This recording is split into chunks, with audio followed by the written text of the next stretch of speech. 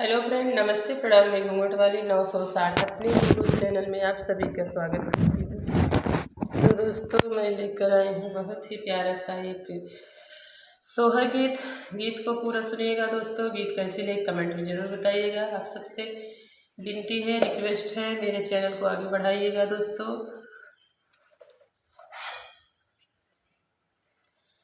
गवन लियाई पिया घरे आए, घरे बाई ठाई गाए, घरे बाई ठाई गाए हो।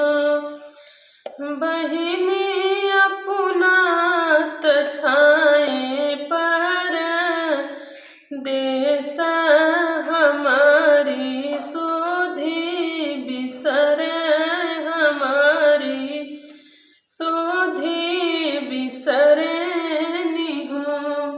अरे अरे काली जमुनिया तुफरी के लटकती, तुफरी के लटकती हो।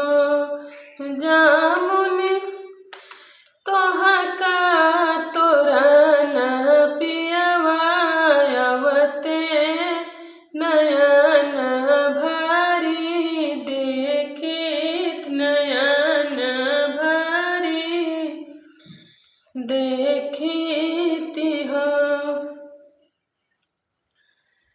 फर गई काली जमुनिया तफरी के लटकी गई, फरी के लटकी गई हो। बहिनी पकी के ढहरी गई भुइया तपियवा नहीं आए, निपियवा नहीं आए निहो। अरे अरे काली नगिनिया तोहाई तो हम काजे डसती, हम काजे डसती हो। नागिन तोहरा डसल पियवा सुनते दिखाई हमका अवते नयन भरी देखित, नयन भरी देखिती हो।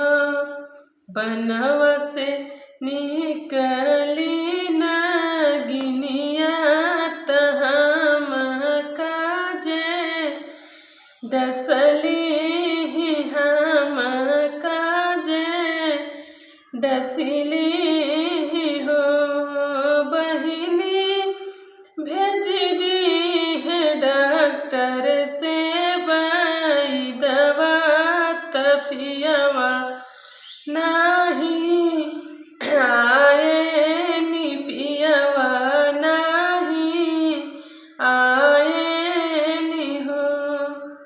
तो दोस्तों, ये था मेरा प्यारा सा सोहर गीत। आप सबको गीत कैसी लगे कमेंट में ज़रूर बताइएगा। दोस्तों, फिर मिलो कोई अगली नई वीडियो में अच्छे गीत के साथ। दोस्तों, तब तक के लिए नमस्ते, प्रणाम। वीडियो को लाइक करना, शेयर करना, कमेंट जरूर करना। दोस्तों।